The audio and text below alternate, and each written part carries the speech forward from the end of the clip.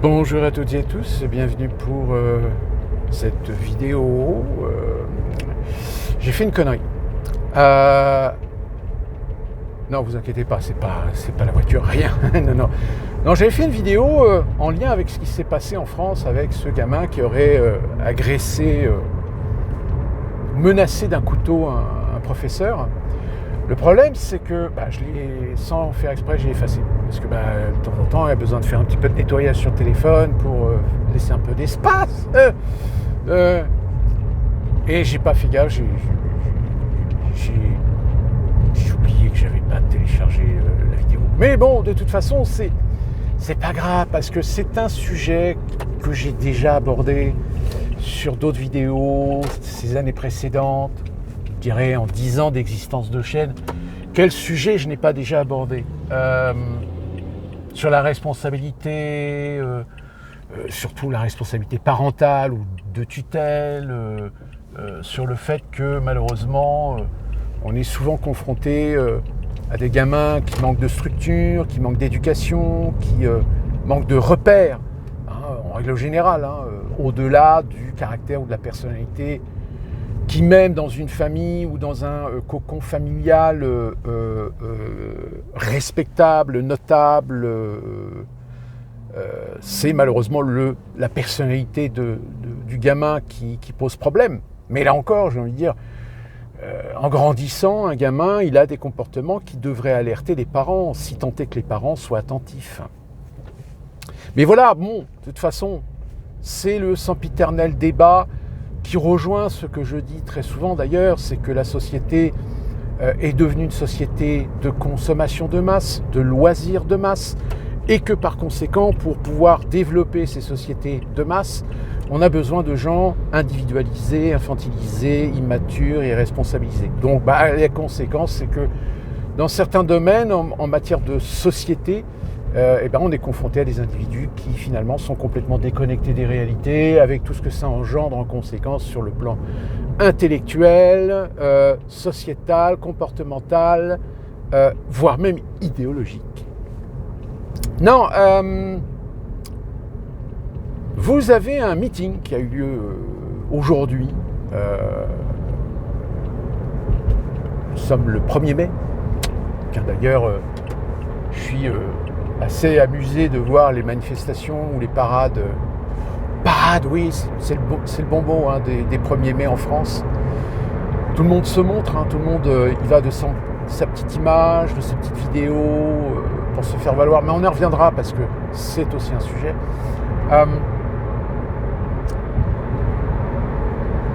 Gros meeting de Trump à Mar-a-Lago sur une base américaine.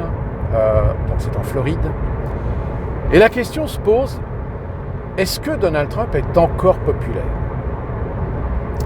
Alors, c'est une question où certains vous répondront qu'avec toutes les conneries qu'il a pu faire depuis qu'il a repris le pouvoir, on est en droit de se poser la question si oui, en effet, est-ce qu'il y a dans son électorat, il n'y a pas une sorte de phénomène d'érosion ?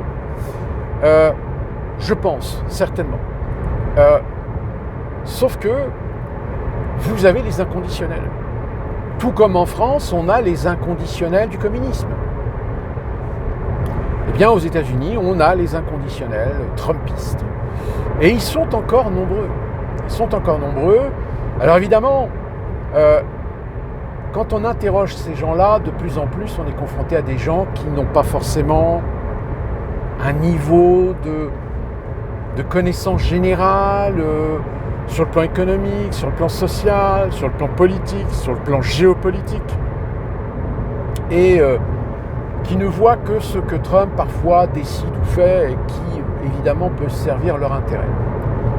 C'est par exemple, dernièrement, Donald Trump a signé un décret pour revaloriser la possibilité d'avoir un accès à une retraite au même niveau que celle des fonctionnaires. Vous savez, le système de retraite aux États-Unis est un peu particulier, mais néanmoins, c'est une avancée, même si l'avancée n'est pas très symbolique ou très significative pour résoudre le problème de la capacité qu'ont des Américains aujourd'hui à partir à la retraite avec une pension qui soit à la hauteur de ce que malheureusement le coût de la vie aux États-Unis suscite. C'est aussi alors, la polémique sur l'affaire Epstein. Là aussi, les Trumpistes, quand on leur pose la question, mais est-ce que vous n'avez pas l'impression et ils vont vous répondre, alors il y en a qui vont vous répondre complètement à côté de la plaque, comme il y en a d'autres qui vont vous faire une réponse assez intelligente, et qui est tout à fait vraie d'ailleurs, et qui dirait, ouais, quels que soient les éléments et les informations qu'on possède aujourd'hui, est-ce qu'il y a une seule preuve que Donald Trump a fait touche pipi ou a eu des relations avec des mineurs, ou etc. Est-ce que Donald Trump a été condamné par la justice suite à des révélations, etc. Non. Tout est une question de suspicion. Et vous savez, et d'ailleurs malheureusement en France c'est un peu le même procédé, c'est que sur des informations de rumeurs, de réputation, de mœurs, on en tire souvent des conclusions hâtives. D'où la raison pour laquelle, sur les noms qui figurent dans certains documents liés à Jeffrey Epstein, il se peut qu'en effet, il y ait des gens qui n'ont eu que des contacts très sporadiques, sans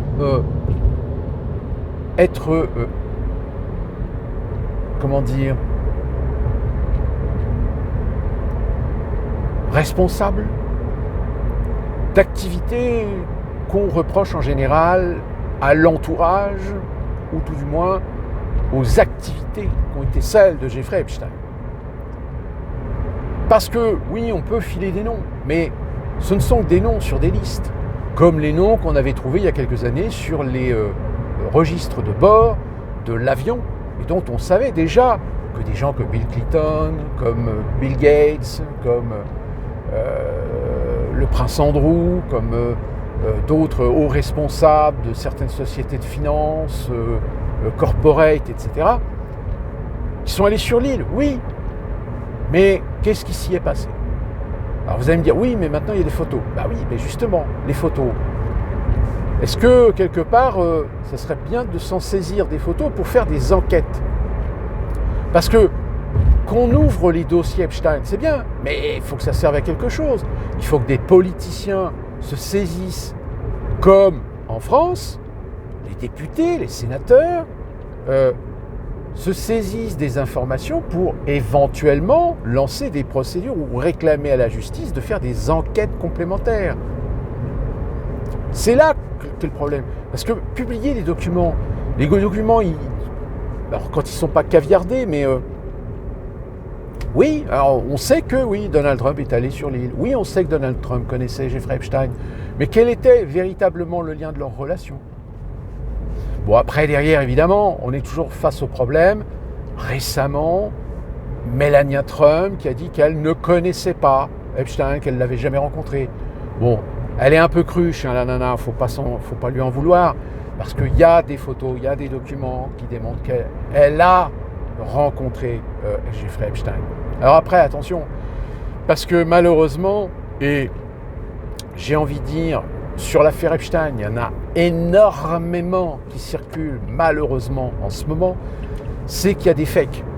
C'est-à-dire que ce sont des images qui sont générées par des IA pour vous convaincre que, voilà, regardez, il s'embrasse sur la bouche avec Jeffrey Epstein. Et elle dit qu'elle ne connaissait pas. Bon, sauf que non, en fait, c'était faux. Bon, voilà, c'est pour ça que ça devient compliqué. C'est pour ça que faire des procès d'intention est une chose, prouver, faire la démonstration que c'est une réalité, que c'est une vérité, en est une autre. Alors malheureusement, vous savez, on est dans des sociétés aujourd'hui où il y a des fragiles du haut, à qui on peut faire croire monts et merveilles, qu'on peut faire croire au Père Noël, et qui, en plus de ça, vont répercuter la conviction qu'ils ont que c'est vrai.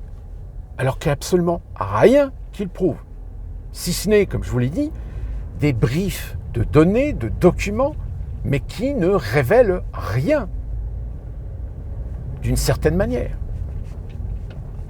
D'où la raison, encore une fois de plus, que je le dis, et je le dis haut et fort, que dans ce cas-là, c'est la responsabilité des gens dont ils ont le pouvoir, dont ils ont le devoir, de lancer des procédures, de lancer des enquêtes, d'inciter la justice à faire son travail d'investigation et d'enquête afin d'éclairer le sujet, afin de mettre du factuel. En dehors, évidemment, de la problématique, il y a aussi des jeux d'influence pour faire en sorte que la justice ne fasse pas son travail ou que des juges soient influencés pour que jamais ils n'ouvrent la boîte de Pandore. En France, c'est pareil, malheureusement. C'est pour ça que c'est parfois très compliqué, parce que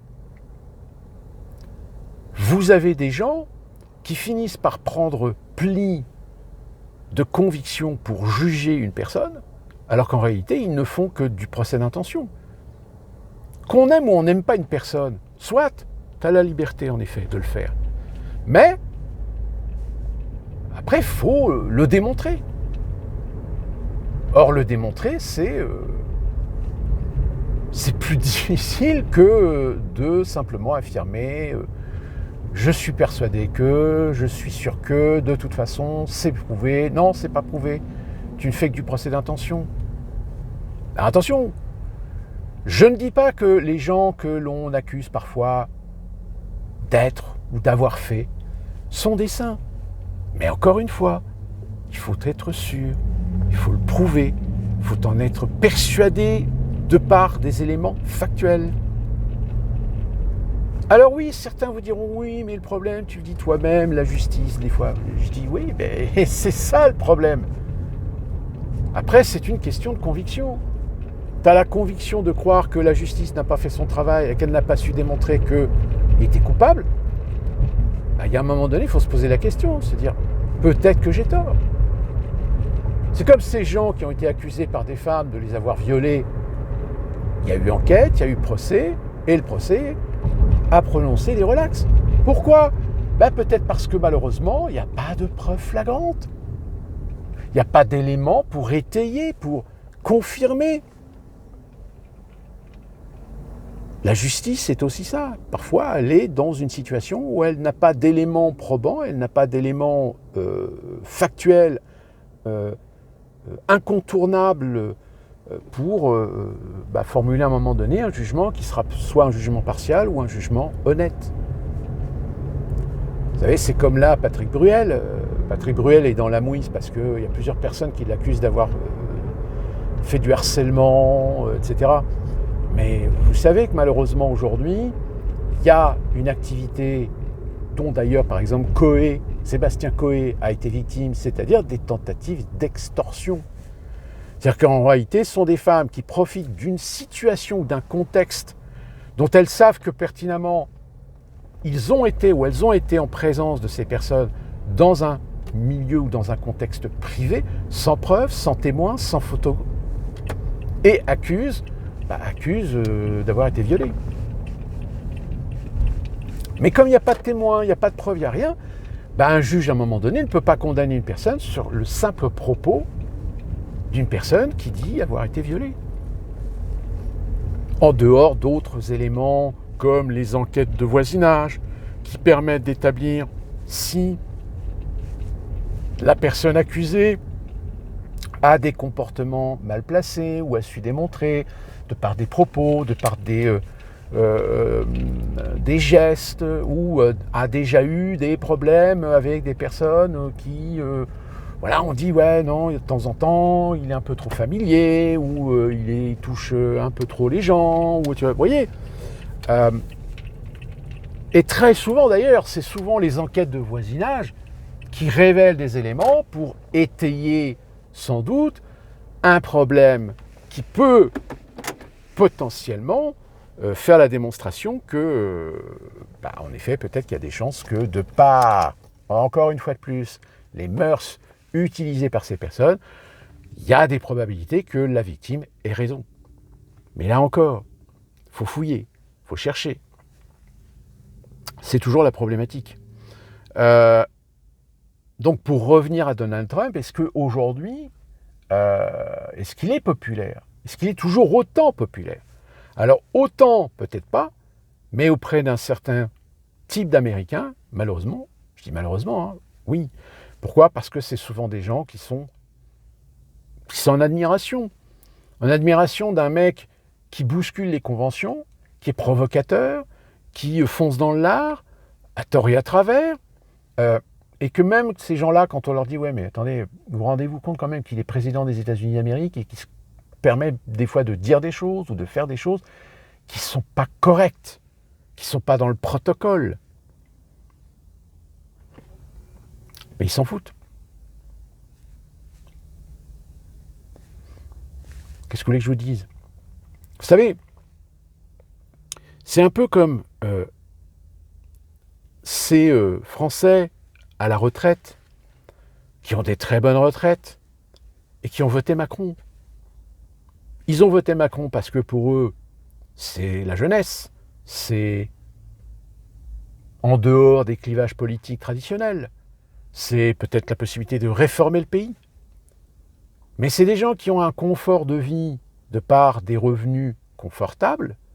Alors, parle de retraités, mais je peux parler aussi de gens qui ont des activités professionnelles qui leur apportent un confort financier suffisant pour ne pas être confrontés à se poser la question à la fin du mois, comment je vais faire pour payer mes factures, pour payer mes rentes, pour payer mes crédits, pour m'acheter la bouffe, pour partir en vacances cet été ou aller à la neige au mois de février l'année prochaine. Oui, il y a un décalage, mais ça a toujours existé. Nos sociétés sont toujours faites de catégories sociales différentes. Des gens qui sont plus aisés que d'autres, des gens qui sont moins touchés que d'autres. Sauf qu'il y a un moment donné où tout devient interdépendant. Et l'interdépendance fait qu'à un moment donné, même une personne qui a une vie sociale plutôt aisée va se trouver confrontée à des problèmes de disponibilité, de compétences, de connaissances, de savoir-faire de la part de gens qui leur apportent un intérêt ou un bénéfice certain, que ce soit dans leurs activités professionnelles, que ce soit dans leur contexte privé, pour avoir une nounou, pour avoir une femme de ménage, pour avoir une cuisinière, pour avoir un concierge, pour avoir un gardien efficace, professionnel, pour avoir la possibilité de faire réparer sa voiture rapidement parce que le garage, il a plus suffisamment... Et ça, je sais de quoi je parle, parce que là, j'étais obligé de faire la révision, pas la révision, mais le contrôle technique, enfin l'équivalent du contrôle technique, ici on appelle ça l'inspection. Et c'est tous les ans aux États-Unis. J'ai fait 5 garages. Pour trouver finalement un 5e garage, pour me prendre un rendez-vous le lendemain, mais les 4 autres garages, et en plus qui vous affichent, oui... We do the inspection, nous faisons les inspections. Alors soit la personne n'est pas là, soit elle est malade. Donc à un moment donné, moi je me pose la question, je me dis, mais excusez-moi du peu, pourquoi tous les garagistes qui travaillent dans votre garage ne sont pas accrédités pour faire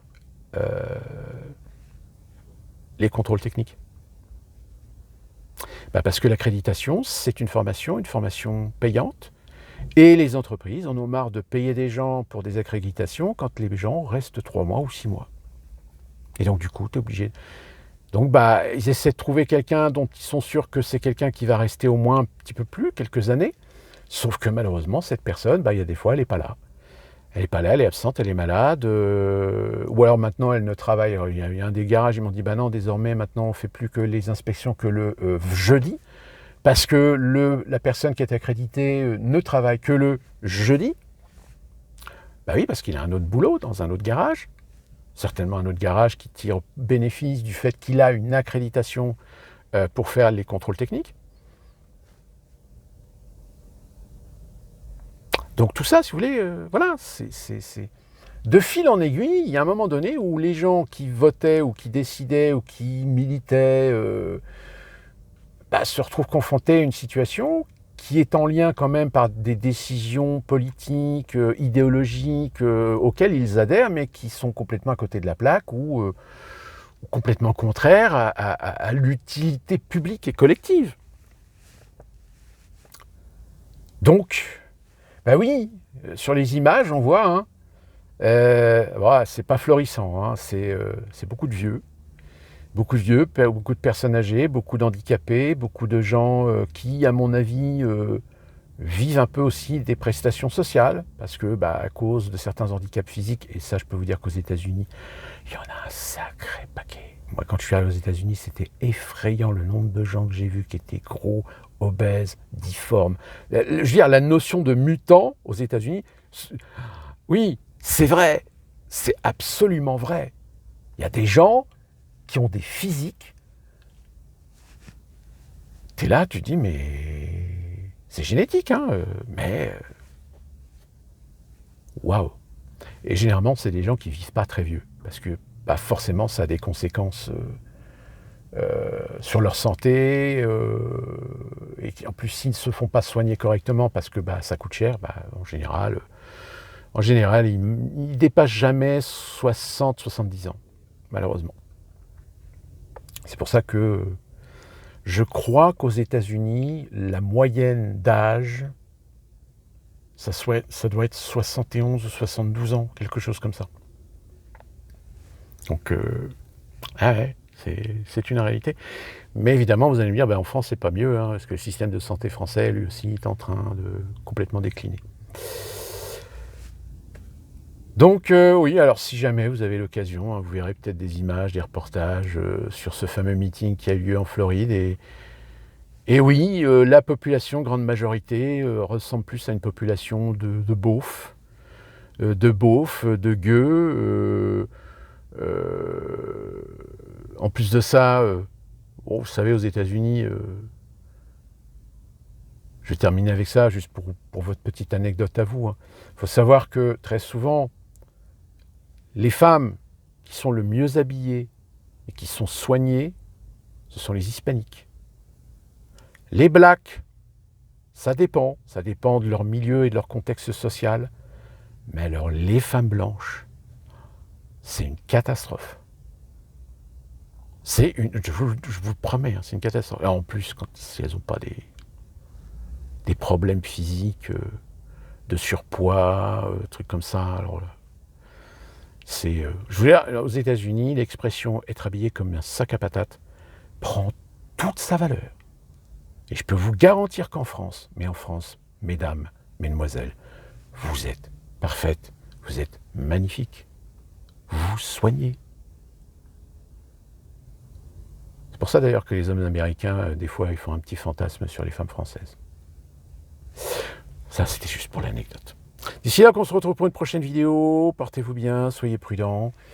Et puis, si vous voyez, peut-être vous verrez pas cette vidéo le 1er mai.